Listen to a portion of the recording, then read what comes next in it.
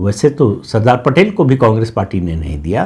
तो आप समझ सकते हैं कि गांधी परिवार या गांधी परिवार के करीबी लोगों के अलावा भारत रत्न का कोई अधिकारी हो सकता है, ये नेहरू गांधी परिवार की समझ से बाहर की बात थी।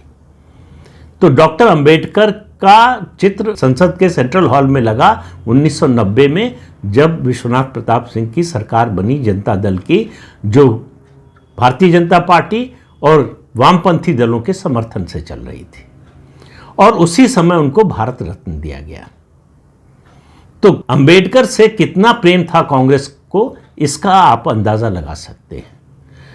और प्रधानमंत्री नरेंद्र मोदी के आने के बाद पंच तीर्थों का निर्माण हुआ, उनका विकास हुआ। जहां जहां डॉक्टर अंबेडकर रहे थे, जैसे महो में जहां उनका जन्म हुआ था, उनका जो निर्वाण स्थल था, और उनसे संबंधित जितने 5 स्थान थे, उनमें से एक स्थान लंदन में जहां वो रहते थे। तो पंच तीर्थ के नाम से किसी इंसान का, भगवान के अलावा किसी इंसान की स्मृति तीर्थ के रूप में याद की जाए, ये काम नरेंद्र मोदी की सरकार ने और प्रधानमंत्री नरेंद्र मोदी ने किया।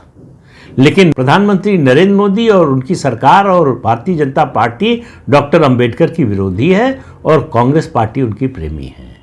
ये कांग्रेस पार्टी बताने की कोशिश कर रही है, जबकि ऐतिहासिक तथ्य चीख चीख कर कह रहे हैं कि डॉक्टर अंबेडकर को जितना अपमानित किया जा सकता था, उनका जितना विरोध किया जा सकता था, उनको रोकने की जितनी कोशिश की जा सकती थी, वो सब काम कांग्रेस पार्टी ने लगातार किया, आज़ादी के पहले से भी और आज़ादी के बाद भी। सबको मालूम है कि डॉक्टर अंबेडकर और महात्मा गांधी के विचार नहीं मिलते थे, दोनों परस्पर विरोधी थे। डॉक्टर अंबेडकर ने बीबीसी को दिए एक इंटरव्यू में कहा था कि लोग कहते हैं मैं नहीं मानता उनको महात्मा, और उसके बाद उन्होंने बहुत सी बातें कही थी, उसको आज उसकी चर्चा नहीं करूंगा। लेकिन उन्होंने गांधी जी को महात्मा मानने से मना कर दिया था।